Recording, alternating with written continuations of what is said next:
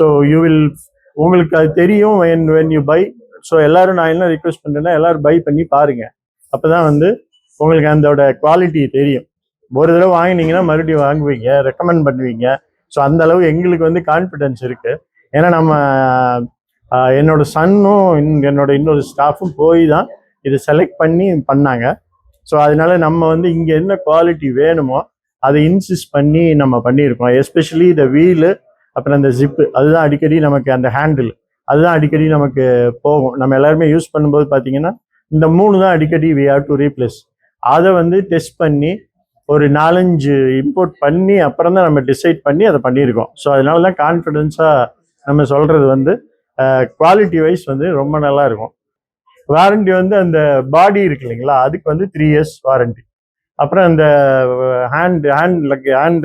Handle அப்புறம் வந்து wheel அதுக்கெல்லாம் வந்து 1 year கொடுக்குறோம் இப்போதைக்கு.